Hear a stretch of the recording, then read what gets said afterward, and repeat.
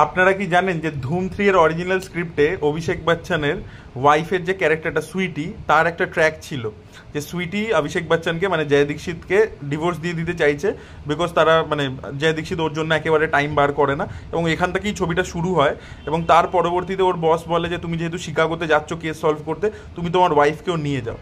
তো ওর ওয়াইফও ওর সাথে যায় এবং ওয়াইফ আর কি জানতে পারে না যে ও একটা মিশনে অ্যাকচুয়ালিতে গেছে, তো ও ওয়াইফের থেকে ব্যাপারটাকে লুকিয়ে লুকিয়ে রাখে। তো সেটা দিয়ে একটা কমেডি ট্র্যাক পুরোপুরি ছিল।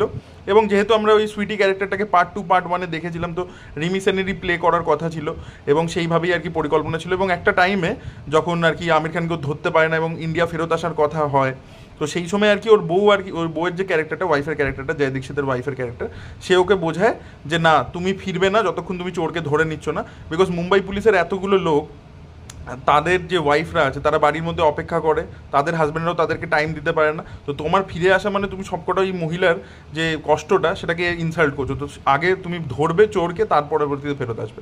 তো আমির খানের ওই ট্র্যাকটা খুব পছন্দ ছিল। আমির খানের মনে হয়েছিল যে তার মানে সে রিসেন্টলি একটা ইন্টারভিউতে সেটাই বলেছে যে তার ক্যারেক্টারটার একটা ইমোশনাল অ্যাঙ্কার ছিল যে তার বাবাকে মেরে দিয়েছে ইত্যাদি, বাট অভিষেক বচ্চনের কোনো ইমোশনাল অ্যাঙ্কার ছিল না। তো তার মনে হয়েছিল ওই ট্র্যাকটা থাকলে অভিষেক বচ্চনের ক্যারেক্টারটা আরও এনহ্যান্স হতো, বাট সেটাকে আদিত্য চোপড়া এবং যে আমাদের এই বিজয় কৃষ্ণ আচার্য, যিনি পরিচালক এবং রাইটার ছিলেন ছবি, তারা ওটাকে পরবর্তীকালে কেটে দেয়। এটা আমির খানের বক্তব্য, তিনি রিসেন্টলি একটা ইন্টারভিউতে জানিয়েছেন।